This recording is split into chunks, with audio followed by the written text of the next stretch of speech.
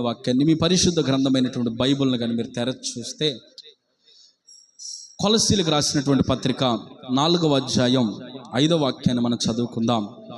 సమయమును పోనీయక సద్వినియోగం చేసుకొనుచు సంగమునకు వెలుపటి వారి ఎడల జ్ఞానము కలిగి నడుచుకొనుడి. హల్లెలూయా. ప్రియమైన దేవుని బిడ్డలారా, చదవబడిన వాక్య భాగాన్ని కాస్త క్షుణ్ణంగా పరిశీలన చేస్తే, అమ్మా మీ తలలన్నీ నా వైపు తిరగండి, ఒకసారి నా వైపు చూడండి. నా వైపు చూసి ఈ చెప్పబడుతున్న వాక్యాన్ని మీరు జాగ్రత్తగా వినండి. ఉన్న కొద్ది మంది జాగ్రత్తగా వినండి. ఇవి చాలా శ్రేష్టమైన మాటలు. ఇవి ఊరికే సరదాగి మనం మాట్లాడుకునే మాటలు కాదు, ఏ నవ్వించి కవ్వించేటువంటి మాటలు అంతకంటే కాదు. ఇక్కడ రాయబడిన మాట కొలస్సీ సంఘానికి అపోస్తలుడైన పౌలు చెప్తున్నాడు.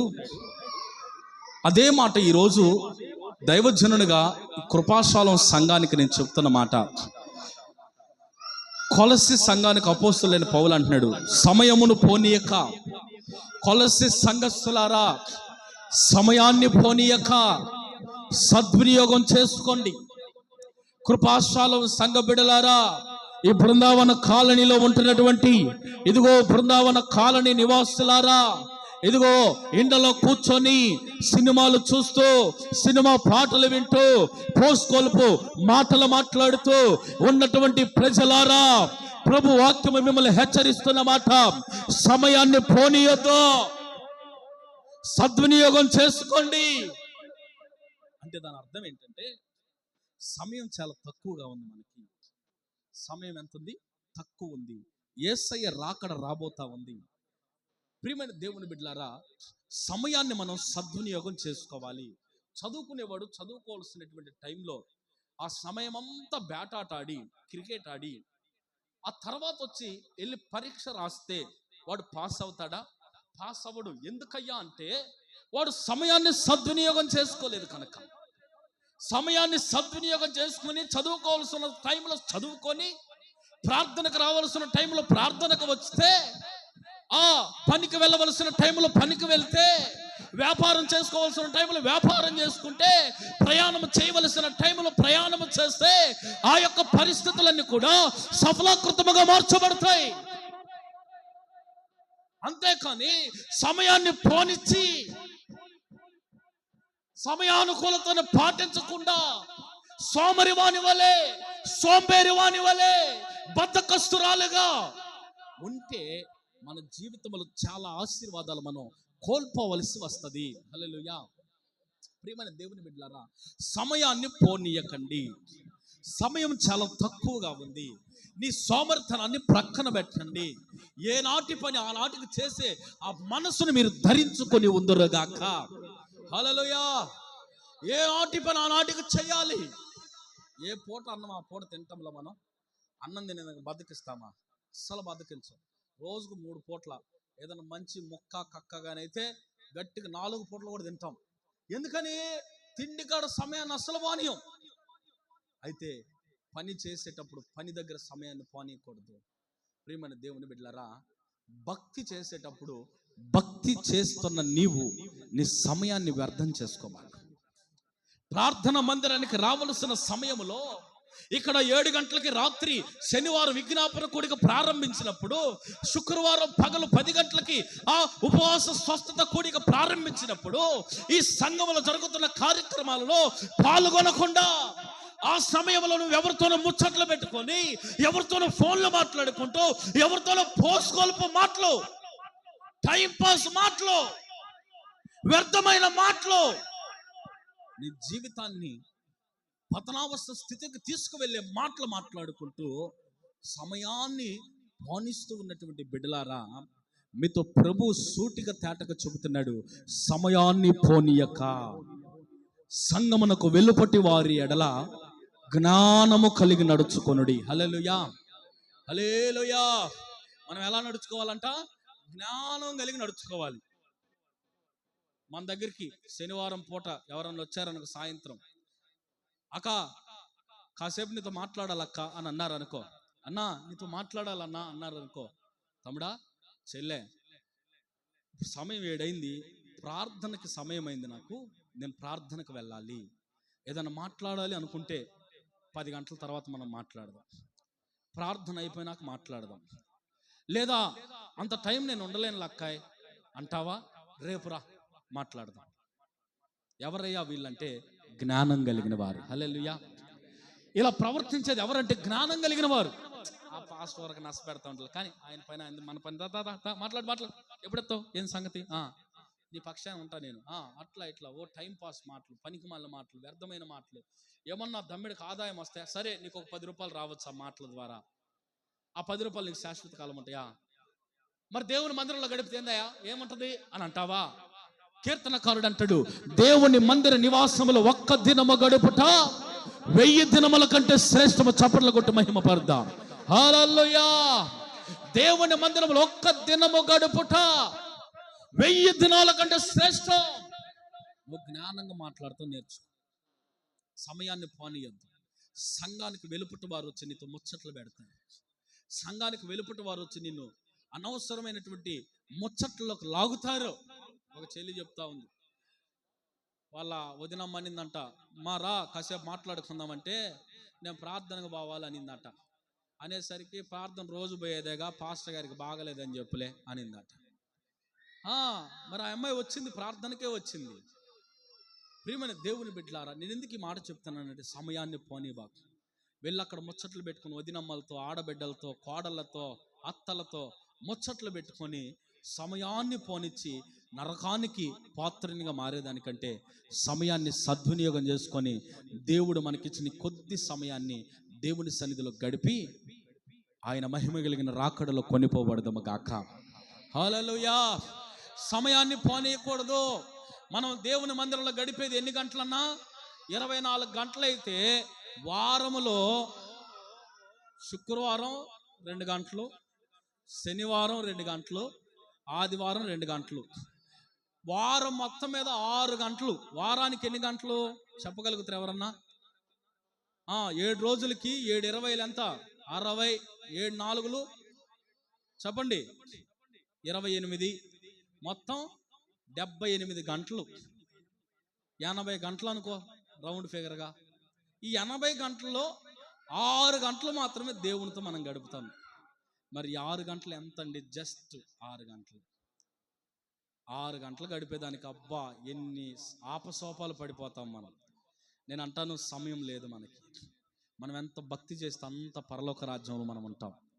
మన భక్తి మనకు ధైర్యాన్ని పుట్టించాలి.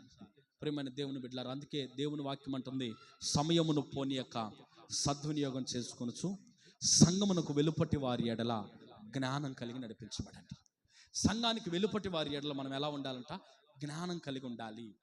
ఆ మధ్యకాలంలో స్కూల్లో ఒక టీచర్ గారు చెప్పాడు, ఎర్ర సముద్రం అని క్రైస్తవులు బడాయిపోతా ఉంటారు. ఎర్ర సముద్రాన్ని మా దేవుడు దాటించాడు, ఎర్ర సముద్రాన్ని మా దేవుడు పాయలుగా చేశాడని చెప్తారు. డియర్ స్టూడెంట్స్, ఎర్ర సముద్రం యొక్క లోతు ఎంత తెలుసా మీకు అని అన్నారంట. అంటే ఎంత సార్ అని ఆ యొక్క పిల్లలు అడిగితే చెప్పాడంట, ఆ లోతు గిరకల లోతే అని అన్నారట.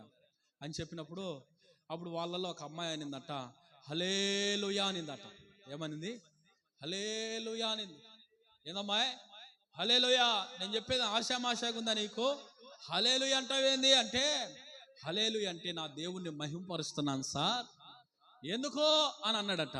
అంటే సార్, గిరకల్లోతు నీళ్ళల్లో ఫరో యొక్క సైన్యాన్ని, ఫరో యొక్క రథాలను ముంచివేశాడు అంటే నా దేవుని యొక్క గొప్పతనాన్ని నేను స్తుతిస్తున్నాను అని చెప్పిందట. హల్లెలూయా. గిరకల్లోతు నీళ్ళల్లో కూడా ఫరో రథములను ముంచివేయగలిగిన సమర్థుడు నా దేవుడు అని చెప్పింది. గిరకల్లోతు ఎర్ర సముద్రములో ఫరో యొక్క బలమైన సైన్యాన్ని ముంచివేసే అంత బలవంతుడు నా దేవుడు అని చెప్పింది. అందుకు దేవునికి స్తోత్రం చెప్తున్నాను సార్ అని చెప్పి. ఎంత జ్ఞానమో కదా. ఆ జ్ఞానం ఈరోజు నీకుందా? ఈరోజు నీకుందా? ఎవరన్నా నేను మందిరానికి చెడగొట్టాలని చూసినప్పుడు, ఈరోజు నా మందిరానికి చెడిపోతున్నావా, రామ్మా ఊర్లోకి వెళ్ళి ఒక పంచాయతీ మాట్లాడదాం, రామ్మా ఊర్లోకి రా, ఒక 5,000 నీకు లంచం ఇస్తా అనంటే, ఎవరైనా ఒక రూపాయి ఇస్తానంటే, ఒక 90 పోపిస్తానంటే, ఒక క్వార్టర్ మంది ఇప్పిస్తానంటే ఎందుకు పోతున్నారు ఈ రోజున సమాజం అంటే, దేవుడిచ్చిన సమయాన్ని సద్వినియోగం చేసుకోవటం లేదు. సంఘానికి వెలుపటి వారి ఎడల జ్ఞానంగా నడిపించబడటం లేదు. వీరందరూ ఎవరయ్యా అంటే జ్ఞానము లేనివారు. ప్రియమైన దేవుని బిడ్డలారా, నువ్వు మాత్రం కనపడతాం కాదు. ఇదేమి మచ్చర్లు వేయించుకుంటే కరువు పని కాదు. ఇది ఆదివారం ఆరాధన మచ్చర్లు వేయించుకునే కరువు పని కాదు. ఒకళ్ళం పోసి సరిపోద్దులేమో, వారం అంతా డబ్బులు పడతాయి. ఒక్కలో కాదు రావాల్సింది, కుటుంబాలకు దేవుని మందిరానికి రావాలి. హల్లెలూయా. కుటుంబాలకు వచ్చిన వాళ్ళు దేవునికి స్తోత్రం చెబుదాం. హల్లెలూయా, హల్లెలూయా. కుటుంబాలకు రాని వారు కూడా కుటుంబాలకు రావాలి. అసలు కుటుంబం అంటే ఏంటి? ఒక భర్త, ఒక భార్య, వారికి ఉన్న పిల్లలందరూ కలిసి వస్తే అది కుటుంబం. ఒకవేళ భర్త పిల్లలు రాకుండా భార్య వచ్చిన కుటుంబం మొత్తం వచ్చినట్టు కాదు దేవుని మందిరానికి. నువ్వు సమయాన్ని సద్వినియోగం చేసుకున్నట్టు కాదు. ఒక సేవకునిగా నా ఆవేదన, నా బాధ, నా బోధ ఏమిటయ్యా అంటే, నువ్వు కుటుంబం అంతా కూడా దేవుని మందిరంలోకి రావాలి. దేవుడు నీకు ఇచ్చిన సమయాన్ని సద్వినియోగం చేసుకోవాలి. నువ్వు ఒక్కదాని పరలోకానికి పోతే నీ కడుపున 9 నెలలు మోయబడిన బిడ్డలు పరలోకానికి రావద్దా? నువ్వు ఒక్కదాని పరలోకానికి పోతే నీకు బిడ్డలనిచ్చిన భర్త, లేకపోతే నీ మెడలో మంగళసూత్రం కట్టిన భర్త, నీకు ఒక జీవితాన్ని ఇచ్చిన భర్త పరలోకానికి రావద్దా? ఆ భర్త కొరకు నువ్వు జ్ఞానంగా నడుచుకోవా? ప్రియమైన దేవుని బిడ్డలారా, చూడండి, సంగమునకు వెలుపటి వారి ఎడల మనం ఎలా ఉండాలంట? జ్ఞానంగా ఉండాలి. జ్ఞానంగా. బైబిల్లో ఒక మాట రాయబడింది. ఏమనంటే, సామెతల గ్రంథంలో ఒక మాట ఉంటుంది. 30వ అధ్యాయం 24, 25, 26, 27 వాక్యాలు చదివితే అక్కడ రాయబడుతుంది, చేమలను చూడుడి, అవి ఎంత జ్ఞానం కలిగినవో అని రాయబడుతుంది. చదువుతారా? 30వ అధ్యాయం సామెతల గ్రంథం 24వ వాక్యం, 25, 27 వాక్యాలు చదవమ్మా. భూమి మీద మిక్కిలి చిన్నవి 4 కలవు, అయినను అవి మిక్కిలి జ్ఞానము కలిగినవి. హల్లెలూయా. ఇప్పుడు చెప్పండి, భూమి మీద మిక్కిలి చిన్నవి 4 కలవంట. 4 జీవాలు కలవు, అవి మిక్కిలి జ్ఞానము కలిగినవి. ఏంటివి అవి అంటే, చదువమ్మా. చీమలు 1, అవి బలము లేనప్పటికీ కూడా అవి వేసవి కాలములో తమ ఆహారమును సిద్ధపరచుకొని చిన్న కుందేళ్లను, బలము లేని జీవులైనప్పటికీ కూడా అవి బేట సందులలో నివాసములను కట్టుకుంటాయి. మిడతలకు రాజు లేడు, అయినను అవన్నీ పంక్తులు తీసి క్రమముగా నడిపించబడతాయి. చేతితో పట్టుకొనగలవు, అయినను రాజుల గృహములో అది ఉంటది. హల్లెలూయా, హల్లెలూయా. ప్రియమైన దేవుని బిడ్డలారా, సమయాన్ని పోనీక సమయం సద్వినియోగం చేసుకొని సంఘానికి వెలుపట్టి వారి ఎడల మీరు జ్ఞానము కలిగి నడుచుకుందరు గాక. ఆమేన్. బైబిల్లో జ్ఞానం కలిగినవి 4 ఉన్నాయి. వీటి జ్ఞానాన్ని చూసి మనం కూడా జ్ఞానాన్ని సంపాదించుకుందాము గాక. మొట్టమొదటిది ఏమిటయ్యా అంటే, 1 చదువుతారా? కుందేలు. అది బలము లేనిదట. కుందేలు ఏమి లేదక్క, బలము లేదు. 2వది చేమలకు బలము లేదు. 3వది ఏమిటి అనంటే బల్లి. దానికి ఏమి లేదు, అది అల్పమైనదే కావచ్చు, మనుషులు దాన్ని చేత్తో పట్టుకోవచ్చు, అయినా అది రాజుల గృహములో ఉంటది. 4వది ఏంటిదమ్మా? మిడతలు. అయితే ప్రియమైన దేవుని బిడ్డలారా, మొట్టమొదటిది మనం చూసినట్లయితే చేమలు జ్ఞానం కలిగి నడిపించబడతాయి. అవి వేసవి కాలంలో ఆహారాన్ని సిద్ధపరచుకుంటాయి. చేమలు చాలా కంటిలో నలుసులాగే ఉంటాయి. అవి చాలా అల్పమైనవిగా, చిన్నవిగా కనపడతాయి. అయినప్పటికీ అవి వేసవి కాలం వస్తే, వేసవిలో పనులేమి ఉండవు కాబట్టి, వేసవిలో పంటలేమి పండవు కాబట్టి, వేసవిలో సరైనటువంటి వాతావరణ పరిస్థితి కూడా మనకు ఉండదు కాబట్టి, మరి మనుషులకు లేని జ్ఞానం చేమలకు దేవుడిచ్చాడు. అట్లా అంటే మనుషులకు ఇవ్వలేదా అంటే, మనుషులకు భూమి మీద ఉన్న ప్రతి ప్రాణి కంటే కూడా అధికమైన జ్ఞానాన్ని ఇచ్చాడు. కానీ మనుషులు ఆ జ్ఞానాన్ని సద్వినియోగం చేసుకోవటం లేదు. ప్రియమైన దేవుని బిడ్డలారా, బైబిల్ గ్రంథంలో రాయబడుతుంది, సోమరి చేమల యొద్దకు వెళ్ళుము, వాటి నడతలను బాగుగా గమనించి నువ్వు జ్ఞానము తెచ్చుకో అని బైబిల్ చెప్తుంది. సోమరి, నువ్వు చీమల యొద్దకు వెళ్ళు, వాటి నడతలను బాగుగా గమనించు. అవి చిన్నవైనప్పటికీ అవి బాగుగా జాగ్రత్తగా వాటికి కావలసిన ఆహారాన్ని అవి సిద్ధపరచుకుంటాయి. ఈరోజున నీవు ఆహారాన్ని సిద్ధపరచుకుంటున్నావా? ఏ ఆహారం మీరు అంటారు? నేను చెప్పనా మనసులో ఒక మాట, ఆహారాన్ని సిద్ధపరచుకోమని నువ్వే చెబుతున్నావు కదా పాస్టర్, అందుకే నిమ్మకాయ కోతలకు పంపిస్తా ఉన్నావు అందరినీ అని అంటారు. ఆహారం అంటే బాహ్యపరమైన ఆహారం కాదు, వాక్యం అనే ఆహారాన్ని నువ్వు సంపాదించుకోవాలి. హల్లెలూయా.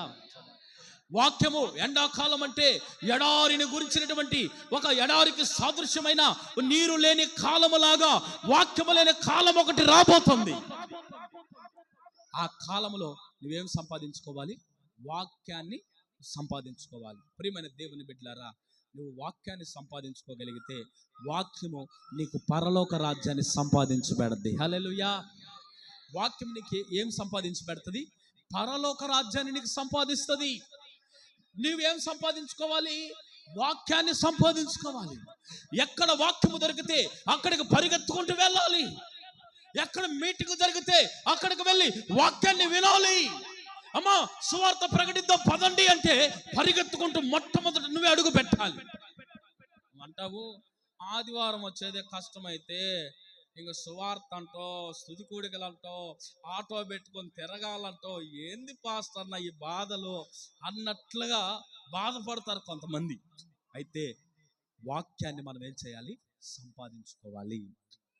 వాక్యాన్ని మనం సంపాదించుకుంటే, వాక్యం అనే ఆహారాన్ని మనం సంపాదించుకుంటే ఆ వాక్యమే మనకు పరలోకాన్ని సంపాదించి పెడుతుంది. హల్లెలూయా. చీమలను చూడండి, అవి వేసవి కాలంలో ఆహారాన్ని సిద్ధపరచుకుంటాయి. బాహ్యపరమైన ఆహారాన్ని కూడా మనం సిద్ధపరచుకోవాలి. ఈ మాట చెప్పాల్సిన పని ఏం లేదు. ఎండాకాలం వస్తే ఎట్టా పనులే ఉండవు.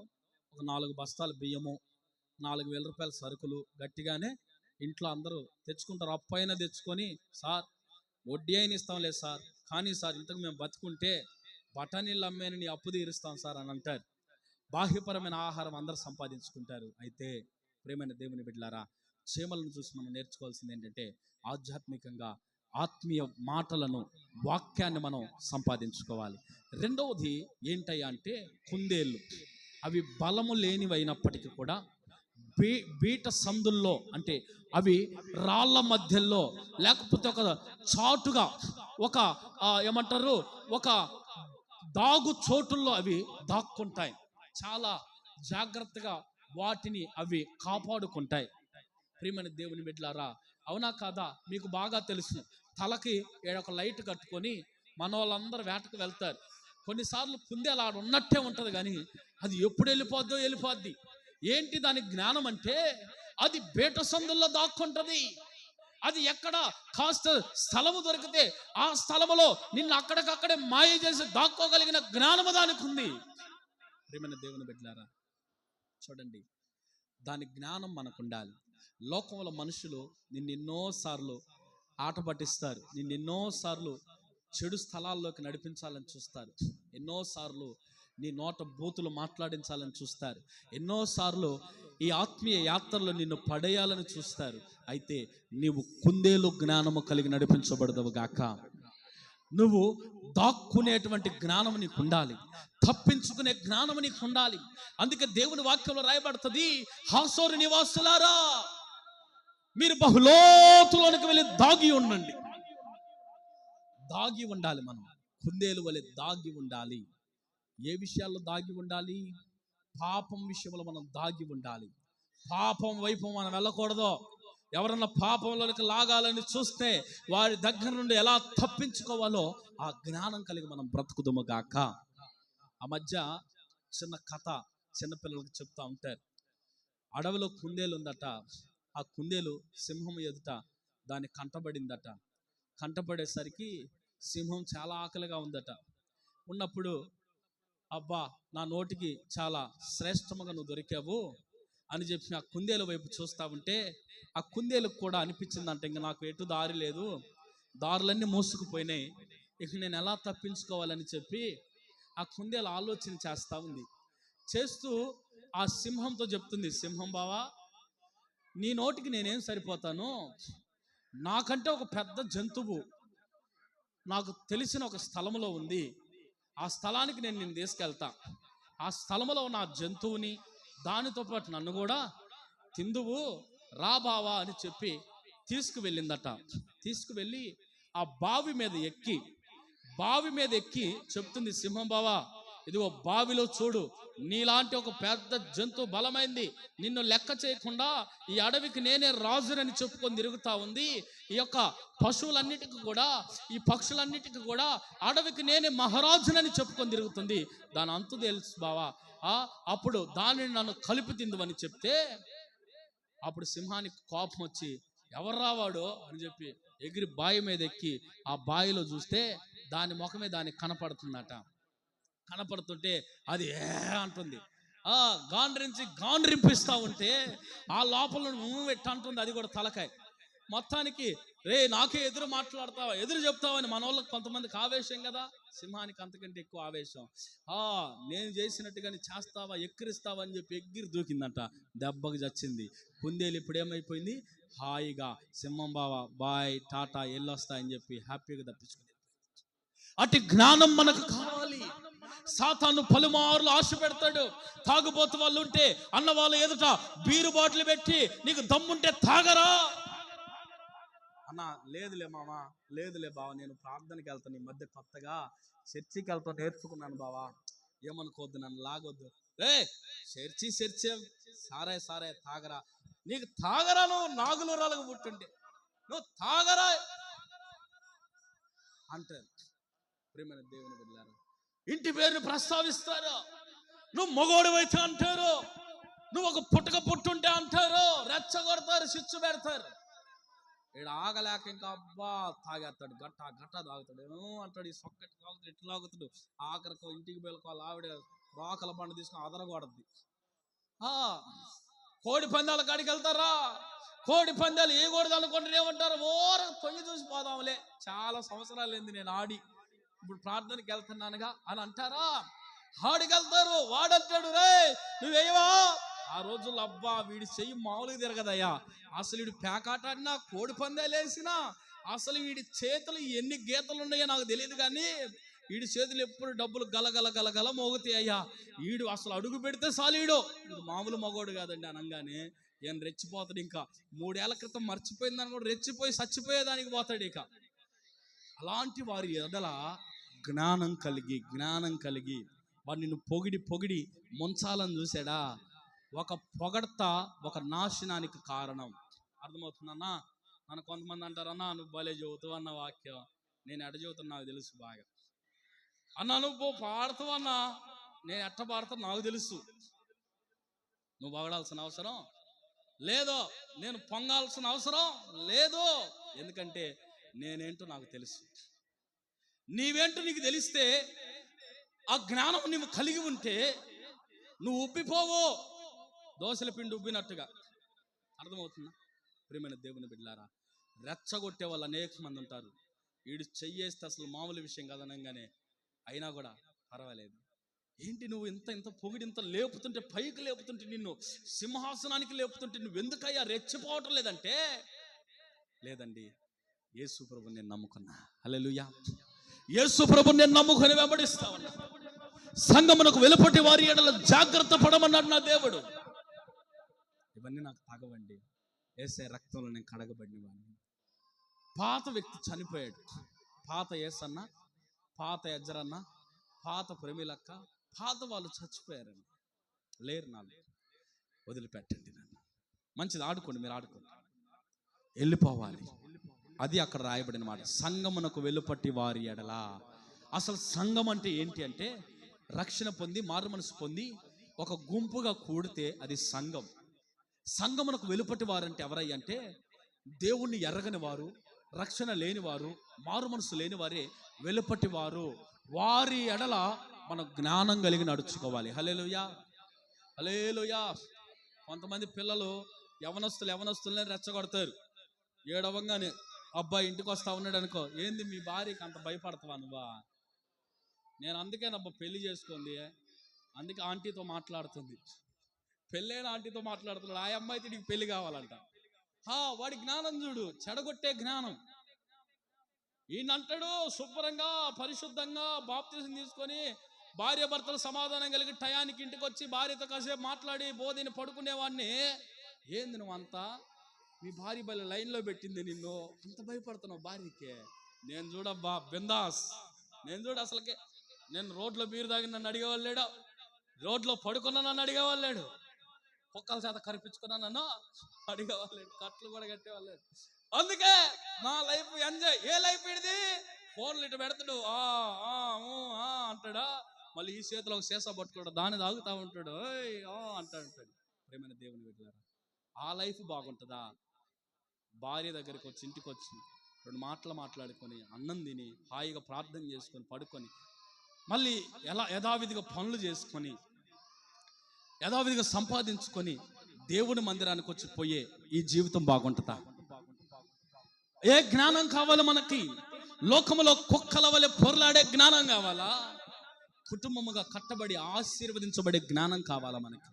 ప్రియమైన దేవుని బిడ్డలారా, కుందేలు వంటి జ్ఞానం మనం కలిగి ఉందము గాక. హల్లెలూయా, హల్లెలూయా. 3వది, మిడతలను చూడుడి. మిడతలను చూడండి. అవి, వాటికి రాజు లేడంట. రాజు లేనప్పటికీ కూడా అవి ఏం చేస్తున్నాయి అంటే పంక్తులుగా ఎలా కూర్చుంటాయి, ఎలా వెళ్తాయి అంట? పంక్తులు అంటే అర్థం క్రమము కలిగి. ఇప్పుడు ఈ చాప మీద వరుసన కూర్చున్నారనుకో, దానిని ఏమంటారంటే పంక్తులు తీరి కూర్చున్నారు అంటారు. ఇప్పుడు భోజనాలకు ఎలా కూర్చుంటారమ్మా? భోజనాలకి టేబుల్స్ వేస్తారా? భోజనాలకి ఒక 3-4 స్టెప్లు టేబుల్స్ వేస్తారు, 3-4 లైన్లు. ఈ లైన్లలో వరుసన కూర్చుంటారు. దానిని ఏమంటారంటే భోజన పంక్తిలో కూర్చున్నారు అంటారు. భోజన బంతిలో పంక్తులు తీరి కూర్చున్నారు అంటే క్రమశిక్షణ కలిగి కూర్చున్నారు. మరి అక్కడ ఎవరున్నారు నాయకుడు భోజనాల దగ్గర అంటే? ఎవరో ఒకరు పెళ్ళోళ్ళో పేరంటమోళ్ళో దినమోళ్ళో ఎవరో ఒకరు ఉంటారాడా. అయితే ఈ మిడతలకు నాయకుడు లేడు, ఈ మిడతలకు రాజు లేడు. అయినప్పటికీ కూడా అవి ఎంతో సహనము కలిగి, ఎంతో ప్రేమ కలిగి, ఎంతో ఐక్యత కలిగి, సమాధానము కలిగి వాటికి అవే సమర్థించుకొని నడిపించబడతా ఉన్నాయి. మిడతలను చూసి జ్ఞానము నేర్చుకోండి. పాస్టర్ గారు ఉంటే ఒకలాగా, పాస్టర్ గారు లేకపోతే ఒకలాగా కాదు. పాస్టర్ ఉన్నా లేకపోతే నీ భక్తి నీకే ఉండాలి. హల్లెలూయా. పాస్టర్ గారు ఉంటేనే, మేము ఉన్నప్పుడు ఏం చేస్తారంటే కొంతమంది ఇంటికి వెళ్ళి విజిటింగ్లకు వెళ్తూ ఉంటాను కదా, ఈ కనిగిరి ఆ చుట్టుప్రక్కల ప్రాంతాల్లో గతంలో నేను చూసిన కొన్ని అనుభవాల్లో, విజిటింగ్కి వెళ్ళినప్పుడు ఆ ఇంటి వసారాల్లోకి వెళ్ళినంత సేపటికి సినిమా పాటలు మోగుతూ ఉంటాయి. అమ్మా వందనాలమ్మా, అక్క వందనాలక్క, నేనక్క పాస్టర్ గారిని వచ్చానక్క అంటే వెంటనే యేసుప్రభు బొమ్మలు పెడతారు. ఇంకెళ్ళంగానే యేసుప్రభు పాటలు పెడతారు. ప్రియమైన దేవుని బిడ్డలారా, కరుణామయుడు పాటలని పెడతారు. ఇక యేసన్న గారి పాటలని పెడతారు. ఇక అసలు ఇంక వాళ్ళలో భక్తి ఉన్నట్టుగా చూపిస్తారు. పాస్టర్ గారు ఉన్న క్రమశిక్షణ ఉండాలి, పాస్టర్ గారు లేకపోయినా క్రమశిక్షణ ఉండాలి. నువ్వేదైనా ఒకటే చెయ్యి, భక్తిలో ఉన్నప్పుడు ఆ భక్తి క్రమాన్ని, భక్తి రసాన్ని పోసుకో నెత్తిన. అంతేకాని పాస్టర్ గారు ఉన్నప్పుడు ఏమో ఒక రకమైన భక్తి చేసి, పాస్టర్ గారు లేనప్పుడు ఆయన లేడుగా. కొంతమంది మందిరాలను కూడా ఏం చేస్తారంటే, పాస్టర్ గారు ఉన్నంతసేపు మందిరములో చాలా శ్రద్ధగా, మందిరములో చాలా క్రమశిక్షణగా కూర్చుంటారా. పాస్టర్ గారు వెళ్ళిపోయిన వెంటనే ఏం చేస్తారంటే మందిరంలో అశ్రద్ధగా కూర్చుంటారు. కొన్నిసార్లు చెమ్మరు, కొన్నిసార్లు ఏం చేయరు, మందిరాన్ని పాడు చేస్తారు. అయితే నేను అంటున్నాను, మనం నేర్చుకుందాం. మనం ఇప్పుడు బిగినింగ్ స్టేజ్, ఇది ప్రారంభ స్థితిలో మనం నేర్చుకునే స్థితిలో ఉన్నాం. నేను అంటాను, నేను ఎప్పుడు మన సంఘం పట్ల ఒకటే ఆలోచన కలిగి ఉంటా. ఏ ఆలోచన అంటే, ఈ సంఘం నేర్చుకునే స్థితిలో ఉంది. హల్లెలూయా. ఇక్కడ సండే స్కూల్కి వస్తున్న పిల్లలకి 3 వారాల నుండి ఒకే కంఠస్థ వాక్యం చెప్తా ఉన్నా, యెహోవా నా కాపరి, నాకు లేమి కలగదు. ఎవరన్నా చూస్తే నవ్వుతారు, ఏంది పాస్టర్ గారు నీకు కూడా అది ఒకటే వచ్చా అని. అనుకున్నా పర్వాలేదని, సిగ్గుపోయినా పర్వాలేదని, వాళ్ళకి రావాలని ఓర్పుతో అదే వాక్యాన్ని నేర్పిస్తా ఉన్నాను. ఈరోజు ఒక అమ్మాయి చెప్పింది, అది వాళ్ళ అమ్మాయి ఒక్కతే ఈరోజు వాక్యం మొత్తం చెప్పింది. దేవునికి స్తోత్రం, హల్లెలూయా. ఏ రోజుకైనా వీళ్ళకి వస్తుంది అన్న ఒక విశ్వాసం, ఒక ఆశ, ఏ రోజుకైనా ఈ సంఘము తెలుసుకుంటుంది. మందిరంలో వస్తువులు వాడేటువంటి సంఘము తెలియక వాడుతున్నారు. కానీ మందిరాన్ని పాడు చేస్తున్నటువంటి బిడ్డలు కొంతమంది తెలియక పాడు చేస్తున్నారు. కానీ ఏ రోజుకైనా తెలుసుకుంటారు, బాధ్యత కలిగి బ్రతుకుతారన్న ఒక నమ్మకం, ఒక ఆశతో 1000 కళ్ళతో ఎదురు చూస్తూ ఉన్నాను. హల్లెలూయా. ఏ రోజుకైనా క్రమంలోనికి రాకుండా పోదు ఈ సంఘం. ఏ రోజుకైనా క్రమశిక్షణ కలిగి బ్రతకకపోదు. ఏ రోజుకైనా అన్ని విషయాలు తెలుసుకోకుండా ఏమి ఉండరని నేను ఎదురు చూస్తూ ఉన్నా. ప్రేమని దేవుని బిడ్డలారా, మనం తెలుసుకోవాలి. మిడతలను చూసి మనం నేర్చుకోవాలి. వాటికి రాజు లేడట. మనకు కూడా సేవకుడు ఉన్నా లేకపోయినా మందిరం పట్ల చాలా శ్రద్ధ కలిగి ఉండాలి. బూజు ఎక్కడన్నా కనపడితే కొట్టు. నీ ఇంట్లో కొట్టుకుంటావు, బూజుని దులుపుకుంటావు కదా. మందిరంలో కూడా, మందిరం నీ ఇల్లు కదా. మందిరంలో మనం ఉంటున్నాం కదా. శుక్రవారం ఉంటాం, శనివారం ఉంటాం, ఆదివారం, 3 రోజులు మందిరంలోనే మనం ఉంటాం. 3 రోజులేగా మీ ఇంట్లో ఉండేది. 3 రోజులు మందిరంలోనే ఉంటాంగా. మందిరంలో బూజు కనపడితే కొట్టు, దులుపు.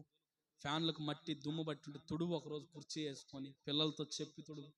ఏదైనా ప్రియమైన దేవుని బిడ్డలారా, నేను అంటాను, క్రమశిక్షణ మనకు కావాలి. క్రమము కలిగి అవి నడిపించబడతా ఉన్నాయి మిడతలు. మందిరానికి మనం క్రమంగా రావాలి. మనం కట్టుకునే బట్టలు క్రమంగా ఉండాలి. మనం నడిచే నడక క్రమంగా ఉండాలి. మనం మాట్లాడే మాట క్రమశిక్షణతో కూడిన మాట ఉండాలి. మన క్రమశిక్షణ అంటే ఏంటంటే పద్ధతిగా ఉండటం. ప్రియమైన దేవుని బిడ్డలారా, దేవుని మందిరానికి క్రమశిక్షణ కలిగి రావాలి. ఎగురులాడుకుంటా, బండ్ల మీద డ్యాన్సులు వేసుకుంటా, మనోళ్ళు వేస్తున్నారని కాదు నా ఉద్దేశం. మీరు అల్లా పోబాకండి. నేను చెబుతున్నా, మీకు నేర్చుకోవటానికి చెప్తున్నా. ఒకవేళ మీరు నేర్చుకుని ఉంటే దేవునికి స్తోత్రం. ఒకవేళ బండ్ల మీద సినిమా పాటలు పాడుకుంటా, బండ్లను ఇటు అటు తిప్పుకుంటా, కొంతమంది పల్టీలు కొడతా వస్తూ ఉంటారు. క్రమశిక్షణ కలిగి రావాలి. ప్రార్థన మందిరానికి వెళ్తున్నాడు అని అంటే బండి మీద నిన్ను చూసిన వీడు ప్రార్థన పరుడని చెప్పాలి. హల్లెలూయా. ఏమని చెప్పాలి? బండి మీద వెళ్తున్నప్పుడు నిన్ను చూసినా వీడు ప్రార్థన పరుడు. నువ్వు కానీ కనిగిరి డిపోలు ఏడని నిలబడితే నిన్ను చూసి, నీ పలకరింపు చూసి, నీ ముఖం చూసి వాళ్ళు చెప్పాలి. ఏమని తెలుసా? ఈమె ప్రార్థనకి వెళ్ళామే. ఎలా చెప్తారు చెప్పు? నీ వస్త్రాలు క్రమశిక్షణగా ఉంటే, అమ్మా నీ వస్త్రాలు క్రమశిక్షణగా ఉంటే నిన్ను గురించి ప్రార్థనకి వెళ్ళే స్త్రీ అని చెప్తారు. హల్లెలూయా. నేను చాలా మందిని చూశాను. నేను ప్రపంచంలో మన ఆంధ్ర రాష్ట్రంలో చాలా మందిని చూశాను నేను, క్రైస్తవులైన స్త్రీలని. అయితే ఈ ఏరియాలో ఒకళ్ళిద్దరిని స్త్రీలు నేను చూశాను. వాళ్ళు వేరే చర్చికి వెళ్తూ ఉంటారు. అప్పుడప్పుడు మన దగ్గరికి మీటింగ్స్కి వస్తూ ఉంటారు. మనకు బాగా తెలుసు, పురుషోత్తం గారి దగ్గరికి వెళ్తూ ఉంటారు వాళ్ళు. వాళ్ళలో ఒక ఇద్దరు స్త్రీలు మాత్రం ఇంకా అచ్చం విధవరాళ్ళు లాగా ఉంటారు. అమ్మా మీరు విధవరాళ్ళా అని అంటే, కాదండి మా భర్త ఉన్నాడు అని చెప్తారు. అప్పుడు వాళ్ళ ముఖం చూడగానే ఏమైపోతుందంటే, దైవత్వం కనపడినా కనపడకపోయినా వాళ్ళు ప్రార్థనకు వెళ్ళే వాళ్ళని కనపడుతుంది. హల్లెలూయా, హల్లెలూయా. కొంతమందికుల్లా మెట్లు తీసేసి బొట్టు ఏదన్నా కాటుక, ఈ మేకప్లు అన్నీ తీసేసి నడవాలంటే సిగ్గు. నేను అంటాను, యేసయ్యకి లేని సిగ్గు మనకెందుకమ్మా? యేసయ్యకి లేని సిగ్గు మనకెందుకు? క్రైస్తవుని క్రమం మనం కలిగి ఉండాలి. కొంతమంది మగవాళ్ళ సంగతి కూడా చెప్తున్నా, మనం ఎలాగంటే అలాగా కట్టింగులు ఉండకూడదు. నా కటింగ్ ఏ రోజున చూసారా? నా తల కటింగ్ అర్థమవుతుందా? మన గడ్డాలు బారుగా పెంచుకొని ఉండకూడదు. గడ్డం పెంచుకుంటే ఏంటో తెలుసా? లోకంలో ఒకటి భార్య కడుపుతో ఉంటే గడ్డం పెంచుకుంటారు. లేదా సేవకుడు గడ్డం ఎప్పుడు పెంచుకుంటాడు తెలుసా? దుఃఖంలో ఉన్నప్పుడు. సంఘాన్ని గురించిన భారం, బాధ్యత, బాధ కడుపులో ఉన్నప్పుడు సేవకుడు గడ్డాన్ని పెంచుకుంటాడు. సేవకుడు గడ్డాన్ని ఎందుకు పెంచుతాడు ఇంత బారునంటే, ఆ గడ్డం మీద శ్రద్ధ ఎందుకు పెట్టాడంటే, అతని గుండెల్లో బాధ ఉన్నప్పుడు పెట్టడు. ప్రియమైన దేవుని బిడ్డలారా, ఉపవాసాలు ఉన్నప్పుడు సేవకుడు గడ్డం పెంచుకుంటాడు. మరి నువ్వు ఉపవాసం ఉంటే పెంచు, అదే పెరుగుతూ ఉంటుంది. మరి నువ్వు ఉపవాసాలు ఏమి ఉండవు కదా, ఎందుకు? శుభ్రంగా నీట్గా క్లీన్ షేవ్ చేసుకొని, తల కటింగ్ వేసుకొని, చక్కగా మంచి వస్త్రాలు ధరించుకొని, ఒక కాలు పైకి వేస్తాడు ఒక్కొక్కడు. ఇదేది యాంగిల్ ఫిట్ అంట. ఇది ఏ యాంగిలో నాకు అర్థం కాదు. మరి ఇది యాంగిల్ ఫిట్ అంటాడు. ఒక కాలు పైకి అంటది, వాడి చేతి కర్ర ఇచ్చి నడువురా అనాల. ఇక కుంటోడు నడిచినట్టు టిక్కా నడుపుతాడే. ఆ మధ్య ఇట్లాగే చేసావు ఒక మందిరంలో. పాపం ఏడ్చాడు వాడు. ప్రియమైన దేవుని బిడ్డలారా, మనం చాలా క్రమశిక్షణ కలిగి దేవుని సన్నిధిలో నడిపించబడాలి. ఒకవేళ నా మాటలు మీకు నొచ్చుకోవచ్చు, గుచ్చుకోవచ్చు. అయితే ఈ మాటలు రేపటి ఆ ఆశీర్వాదానికి నాంది పలుకుతాయి. హల్లెలూయా. ఒక తండ్రి కొట్టాడని, తిట్టాడని పిల్లలు బాధపడితే వాళ్ళ ప్రయోజకులు ఎప్పటికీ కాలేరు. సేవకుడు వాక్యం ద్వారా హెచ్చరించాడు, సేవకుడు వాక్యంలో గుచ్చినట్టు మాట్లాడాడని బాధపడితే నువ్వు ఎప్పటికీ ఆత్మీయతలో ప్రయోజకురాలివి కాలేవు. ఇప్పుడు నేను చెప్పే మాటలు చెడ్డ మాటలా మంచి మాటలా? మనం క్రమశిక్షణ కలిగి ఉండాలా లేదా? బండ్ల మీద డ్యాన్స్లు వేసుకుంటూ మందిరానికి వస్తామా? ఆ మధ్యకాలంలో నాకు ఒక అలవాటు ఉండేది, బాడీ కటింగ్ అంటే నాకు కోపం వచ్చేది. 10th క్లాస్ వరకు బాడీ కటింగ్ అంటే చాలా కోపం వచ్చేది. ఇదంతా ముందుకి ఇట్లా పెట్టుకొని కళ్ళల్లో పడతా ఉండి ఇక కళ్ళలో పడతా ఉంటే బడికి వెళ్ళేటప్పుడు ఇట్లా అంటా ఉండేవాళ్ళు. ఒక ఆయన పెద్ద ఆయన ఒక ఆయన చూసి బ్రహ్మయ్య గారు లాగా ఉంటాడు, మన నాయన బ్రహ్మయ్య గారు లాగా ఉంటాడు, ఆయన బ్రహ్మయ్య గారు లాగా. అబ్యా అబ్బాయ్ ఇట్రా అని చెప్పి అన్నాడు. నేను రాకుండా ఇటంటా పోతున్నా. ఆయన గబ్బ గబ్బ తాళాలు గుర్తు తీసుకొచ్చి నా చేతిలో పెట్టి అందరూ పిలిచి, ఏంది అంకుల్, ఏంది అంకుల్? అప్పుడు పెంకుల్లాగా అంకుల్ స్టైల్ అన్నమాట గుంటూరులో మేము. అంకుల్ ఏంటి అంకుల్ అంటున్నా నేను. ఏంటి అంకుల్ ఏంటంటే, అరే వీడికి ఇంకా తగ్గలేదురా అని చెప్పి తాళాలు పెట్టి. అయినా గుర్రానికి కానీ సెండు మీద ఎర్రబొచ్చు ఉన్నట్టు నీకు కూడా ఎర్రగా బొచ్చు 4 ఎంటుకలు వేసుకొని ఇట్ట అంటా ఉంటే మోర్చ వ్యాధి వచ్చిందేమోనని భయం వేసి నేను బతికిద్దామని తాళాలు పెట్టానయ్యా అని అన్నాడు. అప్పటికి కూడా ఇష్టం లేదు. మా పాస్టర్ గారికి చెప్పాడు, ఆ పిల్లోడు మూర్ఛ వ్యాధిలాగా ఇట్ట అంటున్నాడు పాస్టర్ గారు, నేనే మొన్న తాళాలు పెట్టాను, నువ్వన్నా చెప్పయ్యా అంటే ఎవరిని లెక్క చేయలా. పాస్టర్ గారు చెప్పేసరికి గౌరవించి ఆయన ఉన్నత స్థితికి ఆయన మాటను విలువిచ్చి అప్పుడు బోడీ క్రాఫ్ వేయించుకున్నా. నాకు ఎదర్లో 2 సుడులు ఉంటాయి, ఈ సుడి ఎత్తుకుంటే ఈ సుడి ఎత్తుకుంటుంది అన్నమాట. అవి 2 కొమ్ముల్లాగా పొడుచుకొని ఉంటాయి పైకి. స్కూల్కి పోతే ఆడపిల్లలందరూ నవ్వుతూ ఉంటే సిగ్గు అనిపించేది. అయితే కొద్ది రోజులు అట్లా ఉన్నాం కానీ అలవాటైపోయింది. ఎందుకు నేను ఇంత ఓపెన్గా చెప్తున్నానంటే, నువ్వు కూడా చక్కగా నాకులా క్రాప్ చేయించుకో, సేవకుని అనుసరించండి, సేవకునిలా బట్టలు వేసుకోండి, చక్కగా పద్ధతిగా ఉండండి, క్రమశిక్షణ కలిగి ఉండండి. ఒకవేళ నిన్ను చూసి ఎవరైనా నవ్వుతారని చెప్పి నీకు ఎవరైనా ఫ్యాన్ ఫాలోయింగ్ ఉంటే వాళ్ళు నవ్వే వాళ్ళే, నీకు బోబెట్టే వాళ్ళు అంతకంటే కాదు. వాళ్ళు నిన్ను ఎక్కిరించే వాళ్ళే, ఊరక నిన్ను విమర్శించే వాళ్ళే తప్ప నీ ఆపదలో ఒక 100 రూపాయల డబ్బులు ఇచ్చేవాళ్ళు కాదు. నేను ఇట్టా అని ఆ ఎంట్రుకలన్నీ కళ్ళకు తగిలి నా కంటి చూపు తగ్గిపోయింది. మీకు తెలుసా విషయం? మీకు ఎట్ట తెలుస్తుందిలే, నేను చెప్పలేదుగా. కాబట్టి ప్రియమైన దేవుని బిడ్డలారా, కళ్ళల్లో పొడుచుకొని ఆ ఎంట్రుకలు కళ్ళ చూపు తగ్గిపోయింది నాకు.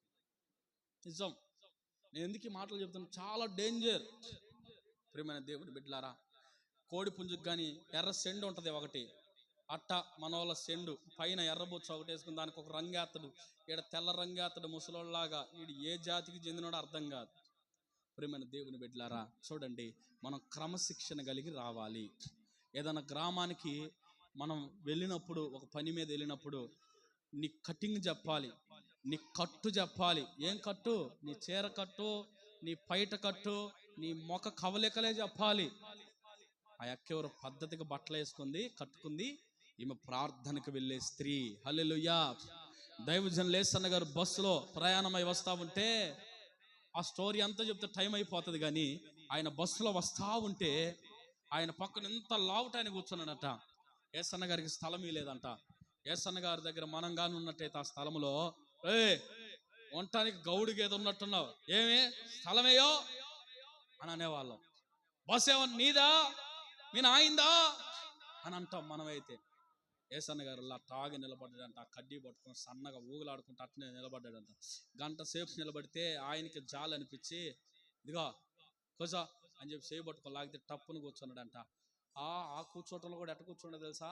ఒక్క సడుగు మాత్రమే ఆ సీటు మీద ఉందట, మిగతాదంతా బయటే ఉందట. ఆయన అట్లా కూర్చొని ఓపిగ్గా ఉన్నాడట. ఆయనేమో 2 డబ్బాలు పెట్టుకున్నాడట, బాదం పప్పు ఒక దాంట్లో, పిస్తా పప్పు ఒక దాంట్లో పెట్టుకుని గుప్పెలు తింటా ఉన్నాడట. మొత్తానికి విజయవాడ వచ్చి నాకు దిగితే అప్పుడు అడిగాడంట, నువ్వు క్రైస్తవుడువా అని అడిగాడట.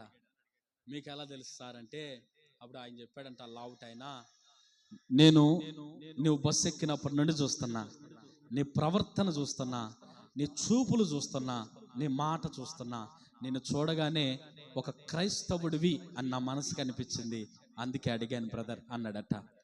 అడిగినప్పుడు ఎస్ అవునండి నేను క్రైస్తవుణ్ణి, హల్లెలూయా, యేసు ప్రభువుని నమ్ముకున్నవాణ్ణి, హల్లెలూయా, యేసు ప్రభు నమ్ముకున్నవాడు ఎలా ఉంటాడు అంటే క్రమంగా కూర్చుంటాడు.